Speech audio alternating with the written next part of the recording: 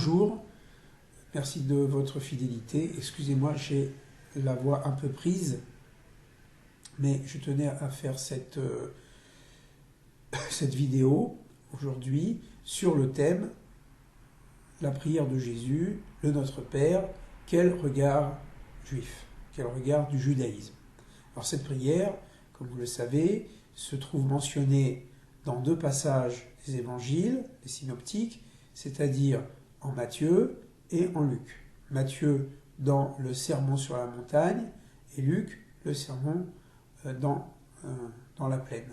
Mais c'est le texte de Matthieu qui a été reconnu comme texte liturgique officiel par l'ensemble des églises chrétiennes. Quel regard le judaïsme, de façon générale, même le plus orthodoxe, pourrait poser sur le contenu de cette prière.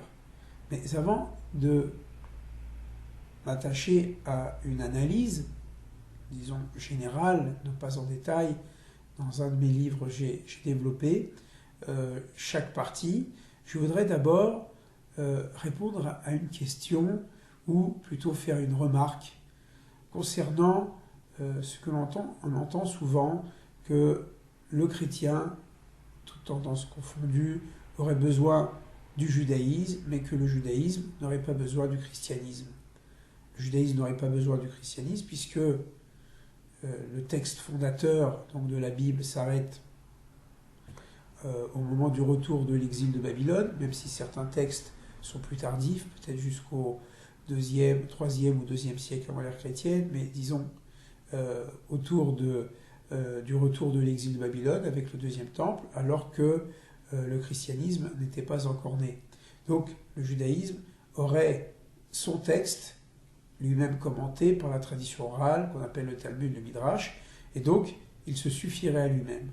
Par contre, le christianisme, du fait d'avoir repoussé la thèse de Marcion, ce moine qui voulait refuser la première alliance ou l'Ancien Testament, qui voulait même élaguer certains passages du Nouveau Testament, a été reconnu par l'Église de Rome comme hérétique, et donc les deux textes, Première Alliance, Deuxième Alliance, Ancien Testament, Premier Testament, ou tout simplement le Tanakh des Hébreux et les évangiles des communautés chrétiennes, forment, du point de vue de la foi chrétienne, un seul livre, allant de la Genèse, du commencement, jusqu'à la foi en Jésus mort et ressuscité.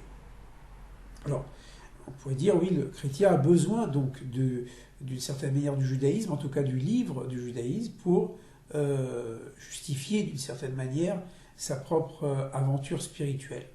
Sur ce point, on peut émettre quelques réserves. Non, je pense que chaque religion se suffit à elle-même.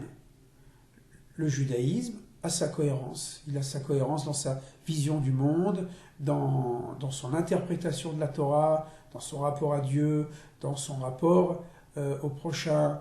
Il a un certain vocabulaire qui a des significations précises dans sa théologie ou dans sa pensée, dans sa philosophie, dans son rituel.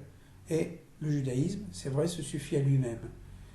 Le christianisme pourrait tout autant se suffire à lui-même. Le christianisme n'a pas besoin du judaïsme. Il s'est détaché à un moment donné du judaïsme pour prendre son envol de façon indépendante en établissant sa propre théologie, pendant que les maîtres de la Mishnah, c'est-à-dire la première forme d'écriture de la tradition orale, étaient au travail entre 200 et 220, eh bien, les pères de l'Église commençaient à mettre en place la théologie chrétienne. Certes, on s'est appuyé sur la Bible hébraïque, sur le Tanakh, qu'on a appelé l'Ancien Testament, mais c'était dans une lecture chrétienne. C'est-à-dire, on voulait voir dans le texte de la Première Alliance les signes avant-coureurs, annonciateurs de Jésus, de sa naissance, même sa naissance miraculeuse, et sa passion, et sa mort et sa résurrection. Donc, la Bible des Hébreux n'a pas servi dans la cohérence de la foi des Hébreux, mais plutôt une lecture qui était la lecture de l'Église, de l'Église de Rome dans un premier temps, disons. Et il y a eu un schisme autour de la figure de Jésus. Était-il le Messie ou non? Le deuxième schisme qu'on ne met pas suffisamment peut-être en exergue, c'est de savoir s'il était Dieu, fils de Dieu, c'est-à-dire un Messie qui est aussi Dieu ou fils de Dieu, et est-ce que c'est la même chose, Dieu, fils de Dieu? Est-ce que c'est la même entité? Est-ce que voilà, tout ça, ça a été objet de débat, de discussion, et même entre les différentes églises, catholiques, protestantes, orthodoxes, évangélistes et autres, il y a des débats même à l'intérieur. Mais on peut dire que le christianisme se suffit à lui-même. Il n'a même pas besoin, et heureusement d'ailleurs, de se proclamer le nouvel Israël, comme ça a été le cas, disons, jusqu'à Vatican II pour l'Église catholique. Non, le peuple d'Israël a sa foi, sa cohérence, et le peuple chrétien a sa tradition, son interprétation, sa foi, sans revendiquer d'être un nouvel Israël. Il dit, voilà, la foi chrétienne, voilà ce qu'elle propose à l'humanité tout entière. On pourrait même dire la même chose à propos de l'islam. L'islam se suffit à lui-même, même si il s'appuie sur et le judaïsme et le christianisme, c'est-à-dire à travers les figures des prophètes d'Israël et la figure prophétique, entendue comme telle dans le Coran de Jésus, eh bien Mahomet, Mohammed, vient clôturer, vient accomplir, presque dans le sens de la lecture chrétienne, il vient accomplir la totalité des Écritures en étant le dernier prophète, en étant la signature, le sceau du prophétisme. Donc vous voyez, chaque religion se suffit à elle-même. Elle se suffit tellement à elle-même que rares sont ceux qui vont s'interroger ou aller voir dans une autre tradition ce qui est dit. En général, on reste, si on prend l'exemple, une image d'un cercle, puis on va dire, on a plutôt tendance à rester au centre du cercle plutôt que d'aller sur la périphérie pour voir ce qui se passe de l'autre côté. Autrement dit, une fois qu'on a découvert, ou qu'on a reçu, ou qu'on est suffisamment convaincu, en tout cas, qu'on détient la vérité religieuse, puis à ce moment-là, qu'est-ce qu'on a besoin d'aller chercher ailleurs? Ou bien, si on va comparer, bien on va dire, ma religion est meilleure que celle du voisin, et c'est presque naturel, je dirais un atavisme tribal, que chacun va dire ma religion c'est la plus aboutie, c'est la plus complète. Et donc, chaque tradition religieuse peut rester enfermée sur elle-même. Voilà. Qu'est-ce qui fait que l'on dialogue? Qu'est-ce qui fait que l'on va sortir de sa zone de confort religieuse et spirituelle? Bien, à mes yeux, c'est une vertu qui, d'une certaine manière, transcende la vérité religieuse. C'est la vertu du shalom, du salam, du salut, de la paix. Salut au sens de saluer. C'est-à-dire qu'il y a la vérité religieuse.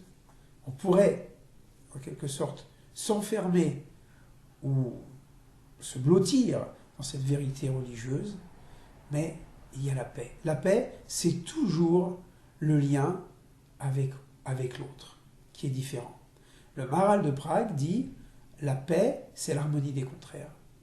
Ce n'est pas la fusion des identités jusqu'à arriver à une seule identité. Vous voyez, par exemple, le judaïsme ne prône pas la judaïsation du monde. Il considère qu'il y a d'autres voies de salut que le judaïsme. Il suffit d'une morale, d'une éthique fondée sur la reconnaissance d'un monothéisme.